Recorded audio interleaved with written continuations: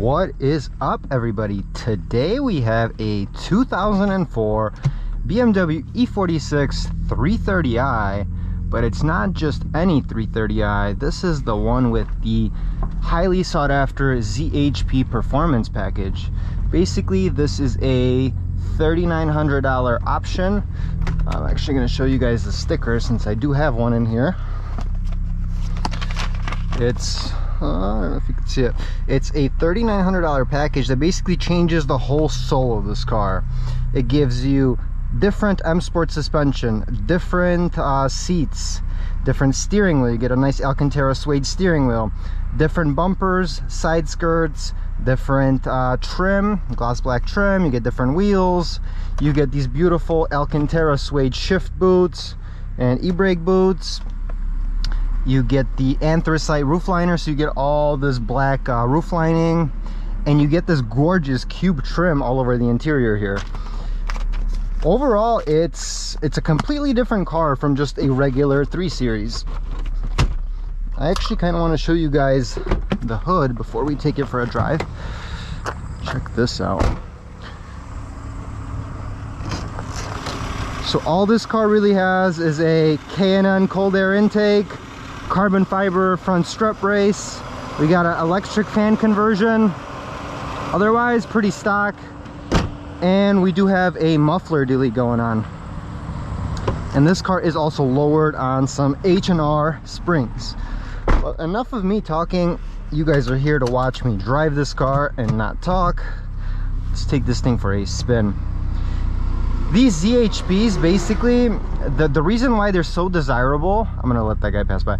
The reason why these ZHPs are super desirable is because you're getting M3 performance, you're getting M3 feeling, but the maintenance is still 3 Series maintenance.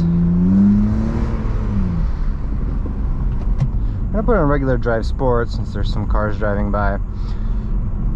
This car gets a different ECU tune, a different TCU tune. You get a more sporty diff ratio. It's a completely different steering rack in this car than a regular 3 Series. This car gets what they call a yellow tag steering rack. And basically, it's some of the best turning radius I've ever felt in a vehicle. Basically, every U-turn you want to do in this car, it's not a problem.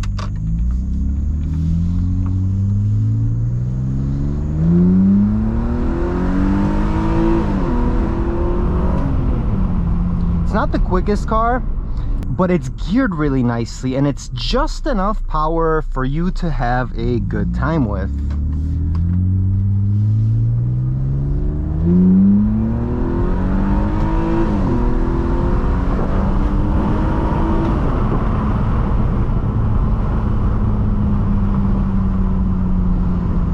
Just enough power for you to have a good time with. This engine actually gets a higher redline, different cluster than a regular 3 Series. You get about 300 more RPM till redline. You get a bigger cam that gives you about 10 more horsepower than a regular 330i. And man, I love the way this car screams when you take it. Basically, it's a momentum car. To get this car going even the speed limit, you kind of have to wind it out and rev it. And in my opinion, I've driven 500, 600 horsepower cars. I don't know if it's just me getting old or what, but I feel like driving a slow car fast that handles really well is more fun than driving a fast car slow. And what I mean by that is, a car with 500 horsepower, you tap the throttle and you're going 120. You're breaking all the speed limits of the road. In this car, you have to try, like viciously try to get a speeding ticket because it's not that powerful. It's only got what, like 235 horsepower, roughly. So it's not a very powerful car. It doesn't have any torque whatsoever, like a V8. You know, you tap the throttle on a V8, you feel the car jerk back and forth. But this car, you don't have that that torque. I'm going to show you the turning radius. Look at this turning radius in this vehicle.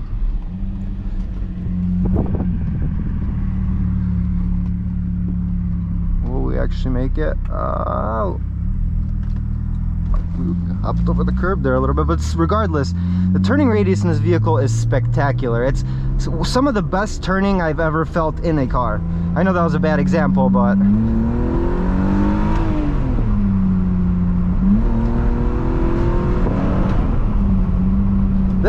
this car, man, I put about 2,500 miles on it, and let me tell you, the more I drive it, the less I want to sell this. I bought this car with a wrecked front end, threw it together, did a bunch of maintenance, fixed it. You know, I bought it pretty much to flip it. But the more miles I put on it, the less I want to sell it, just because it's such a fine driving experience. The seats are actually pretty comfy. Like, your bag does hurt, but it's only after you've been sitting in it for like an extended period of time. This car handles very phenomenally. I don't know if that's a word, but the handling is phenomenal.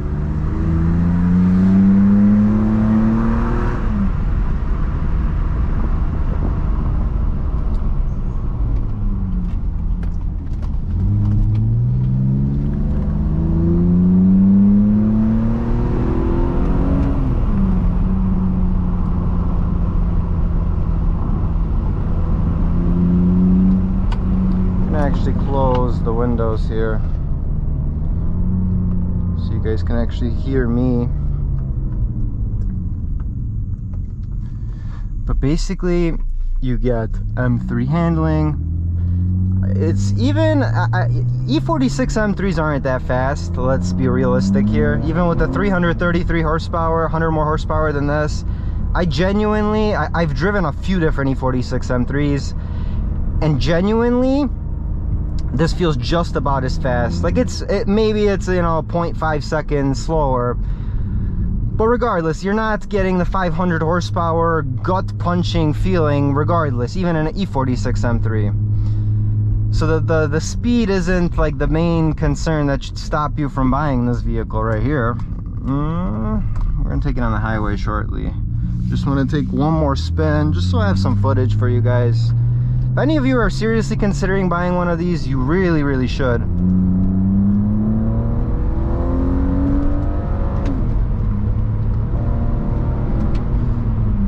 The exhaust note is intoxicating. You just want to keep winding it out. It's very addicting, to be honest, driving this car, because it just invites you to redline it pretty much, because you're not going, you know, so fast that like it's way past the speed limit. Even when you're flooring it, it just gets you going just fast enough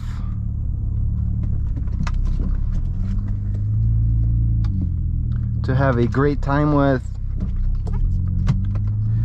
This would be a perfect candidate for a S54 swap, honestly.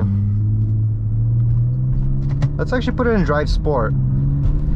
The shifting, the tune on this transmission is different, definitely, because when you put it in drive sport, and you let it do its own automatic shifting, it's very good at keeping the revs where you want them to be. Or like when you stomp on it, it's good at downshifting it relatively quickly.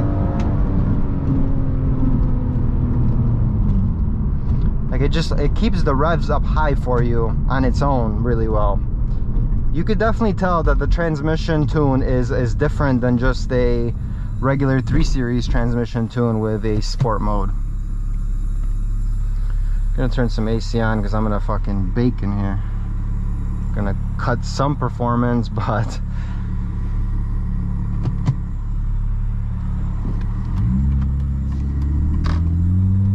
we're gonna go head onto the highway with this car.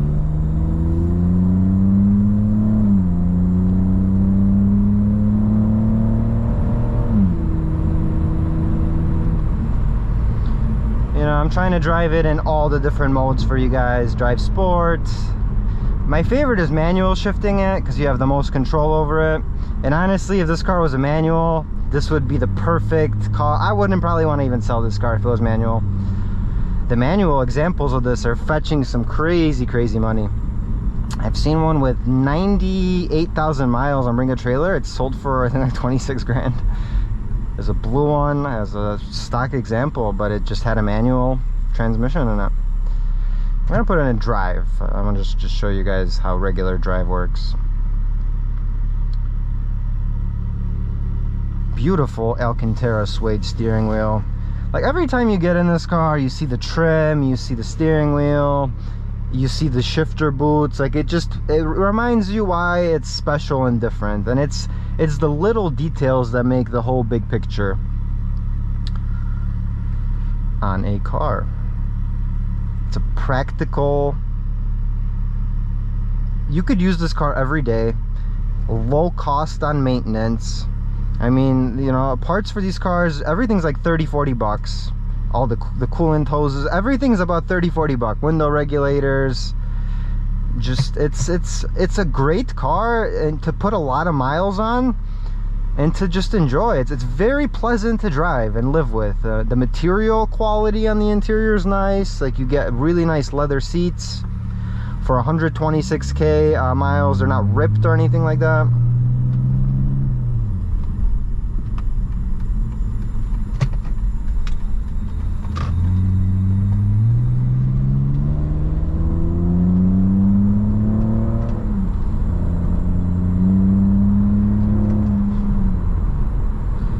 I know I said I'm going to drive in drive mode, so let's just put it in regular drive mode and drive it.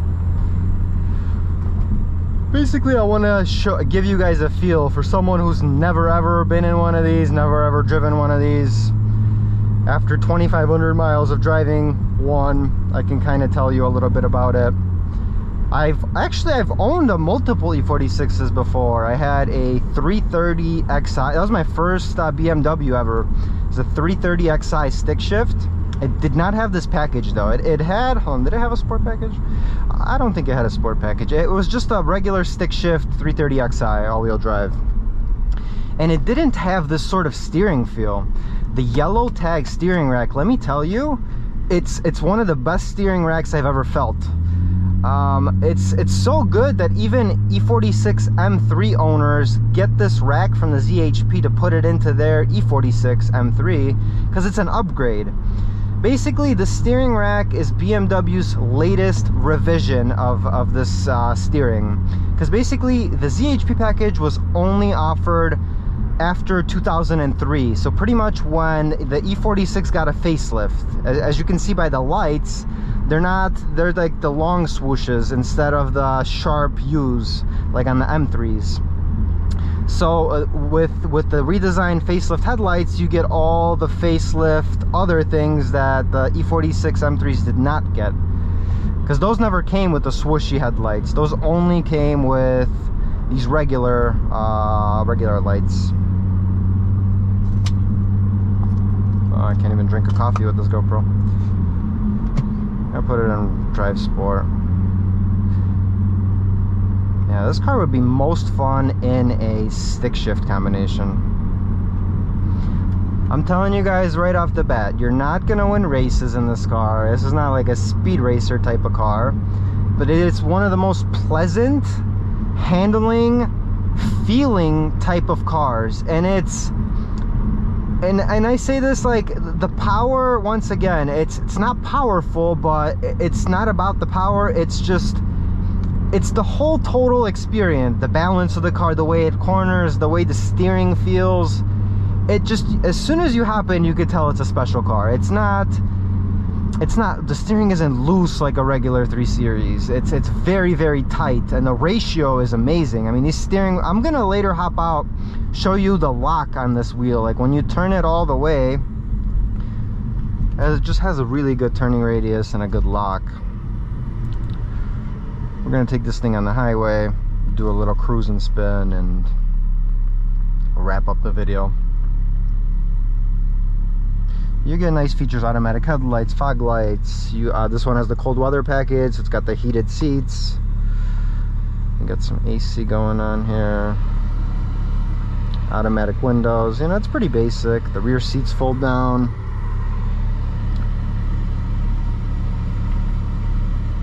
Nothing too extravagant. You get a sunroof. You get basic features, but man, they really did well with this package.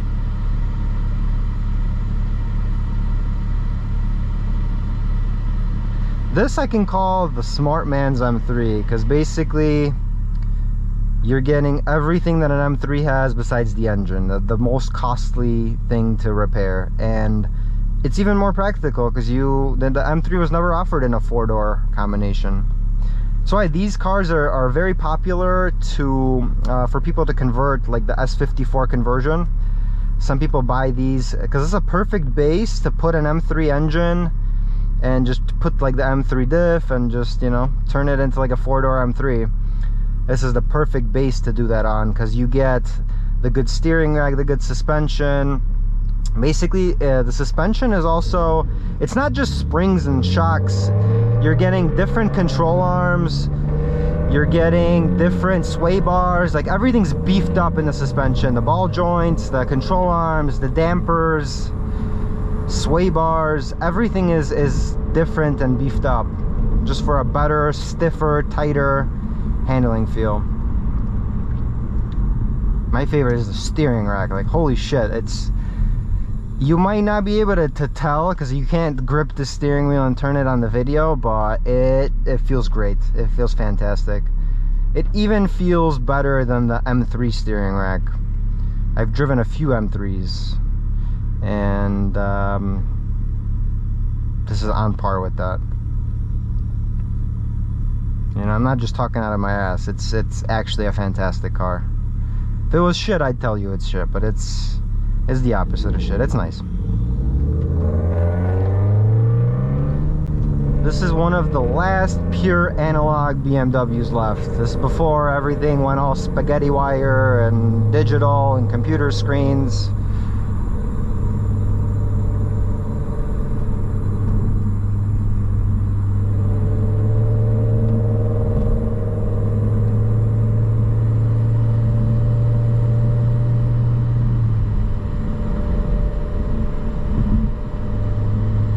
I want to show you some of like the on-ramp highway cornering.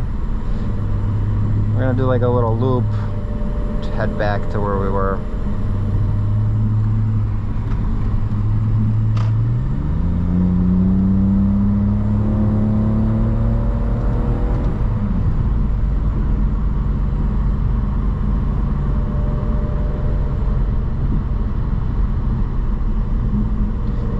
The only like downside to this is how stiff it is, which if you want a good handling car, you're gonna have to deal with that, the stiffness.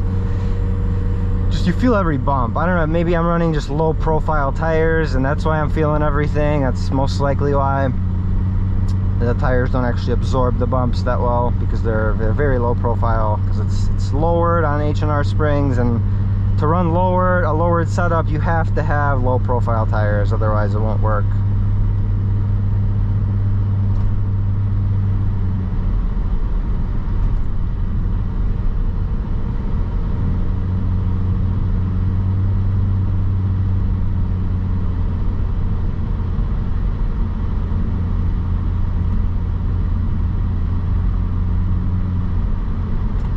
We're getting close to the highway, guys.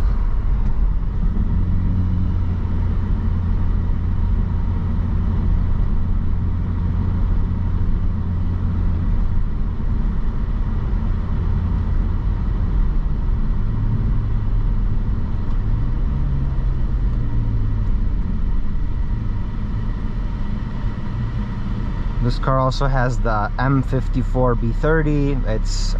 I know BMW and reliability don't go in the same sentence, but if I were to pick any engine from BMW that I consider reliable, it would definitely be this one, inline 6. There's not a whole lot that goes wrong with it. It's pretty cheap to maintain this car. It's mainly the cooling system, power steering hoses that typically go bad. Cooling system always made out of plastic, everything cracks and leaks, coolant always. But it's inexpensive to replace all of it, and it's good for another 150k miles. Power steering hoses, I don't know why, but they always tend to rupture and leak. Not very expensive to fix those either. Window regulators likes to fail in this car. It's like 40 bucks a pop, which is not bad to replace. As long as you're a little mechanically friendly, this car is really cheap to keep running on the road.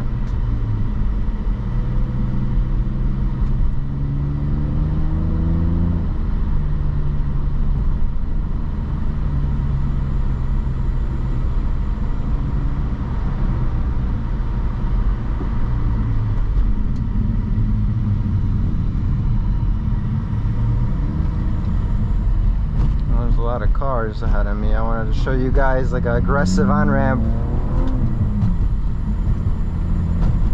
We're gonna try to take some loopy, windy roads.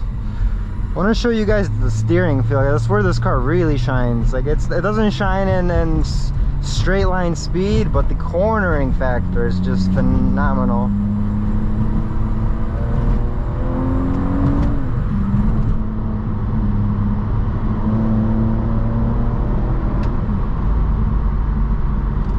Fantastic exhaust note.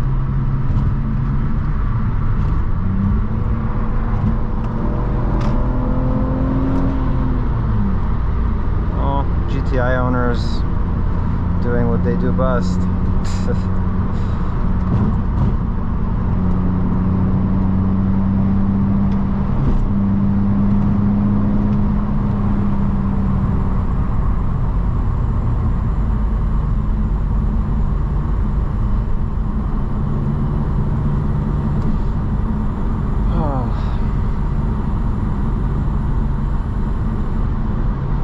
There's a lot of traffic here, man.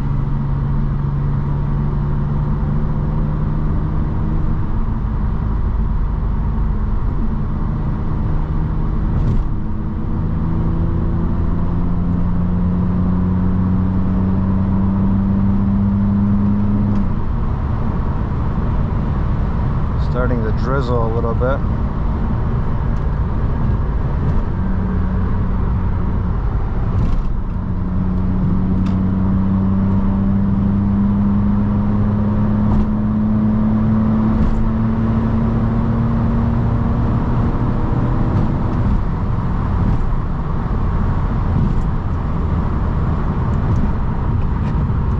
Close that sunroof, turn the AC off so we can get maximum power.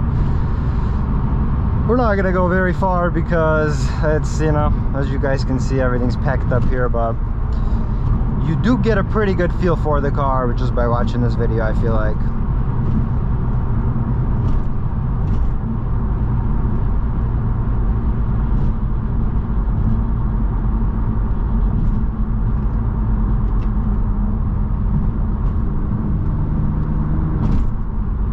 Open the sunroof back up because we're gonna fucking die in here.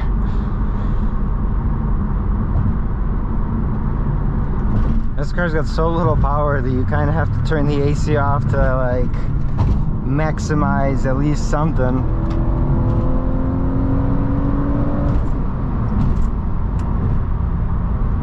We got rid of the mechanical clutch fan and the front fan. We did electric fan conversion. That helped free up a lot of the load on the engine.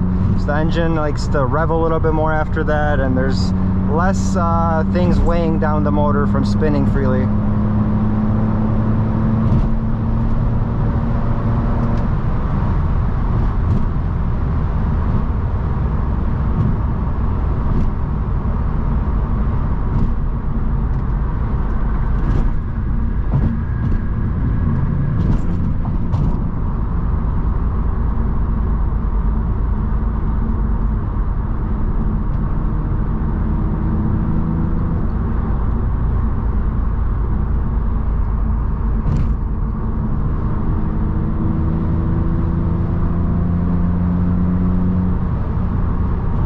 Hopefully we can take this off ramp quickly and nobody blocks us here. Yep.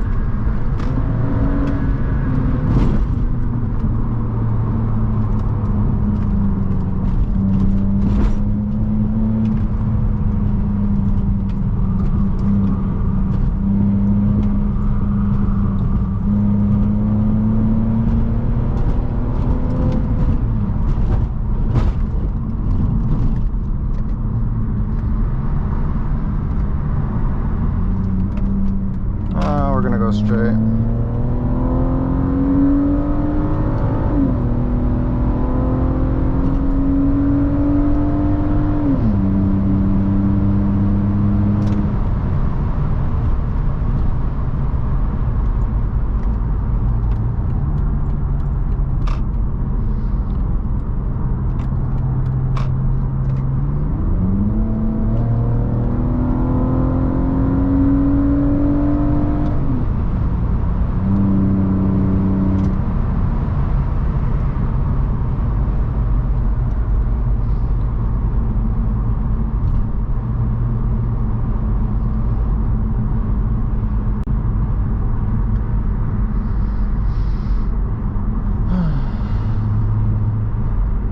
rare to see one of these without a whole Christmas tree on the dash. Typically these are all lit up. I know when I got this car, every light imaginable was on here.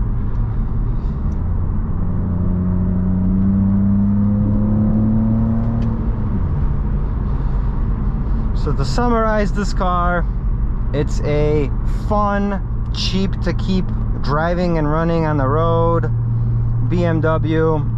Presents itself well, it looks beautiful.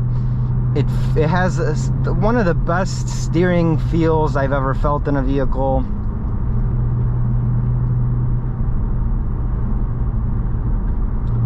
It's just a all in all fantastic car.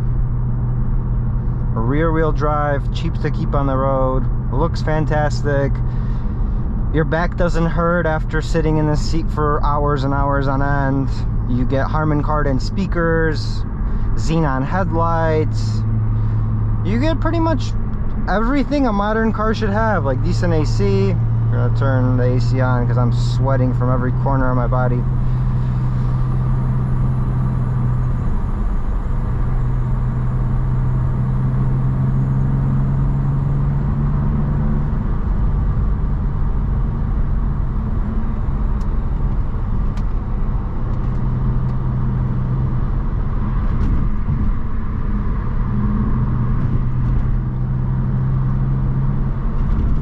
This car has just the right amount of power where you could, it's actually usable power on a street like this, where you can keep winding it out in every gear and you're not really crossing any speed limits. Like it's going fast enough for you to get there.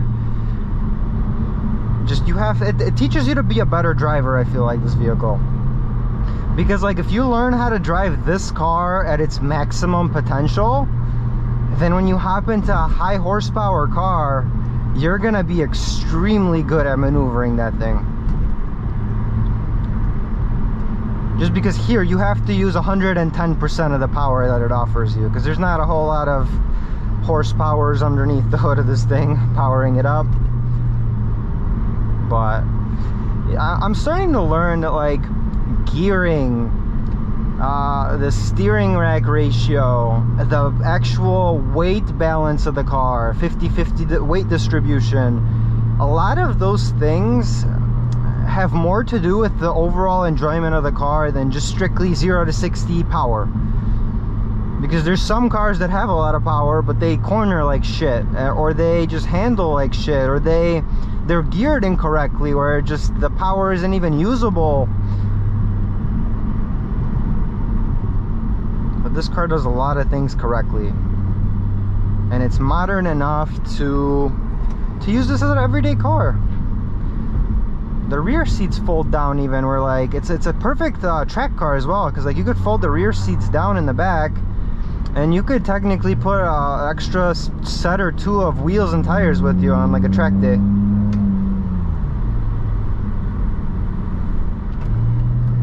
Big upgrade I do, like if this thing was actually stick shift, I would change the differential. I would put a limited slip differential into this car, because then you'd be able to chuck it into the corners and actually get the ass to whip out, because I do believe that these come with a open differential stock.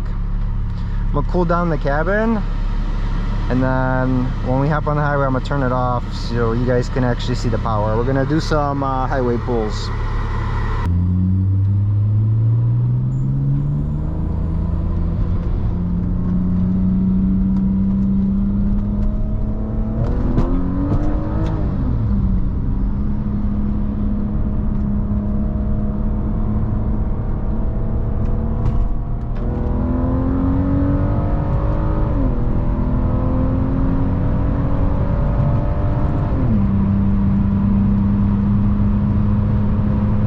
This car makes most of its power at the top of the RPM band. Like 35 and up is sort of where like you could feel some sort of power coming on and torque. Downshift to third. Will it let us? Nope. That's the cool thing. If you downshift too low, it won't even let you get there.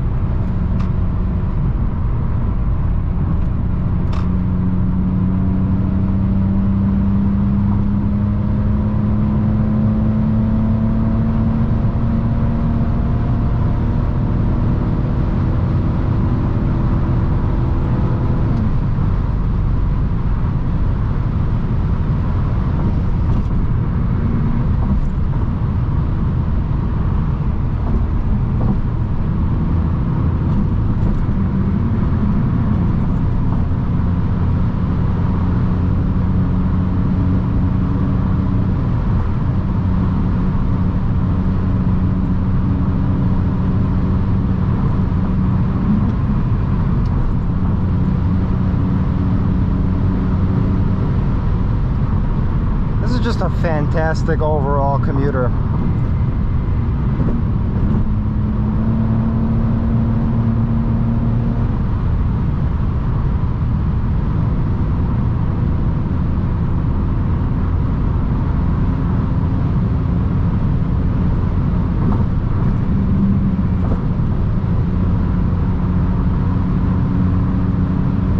Very tight handling feel.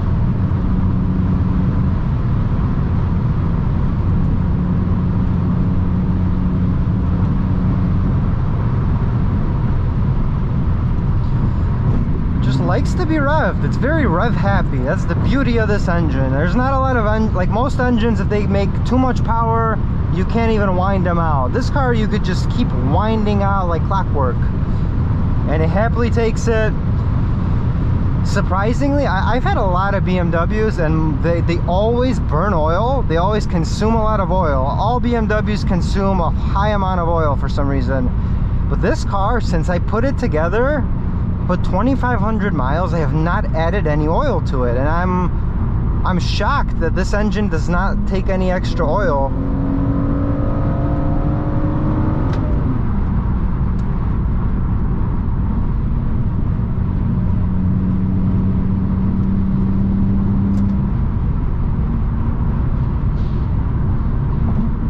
We're gonna turn on the AC because I'm gonna fucking die in here for you guys. I'm not even gonna get to upload the video. I'll pass out from fucking heat.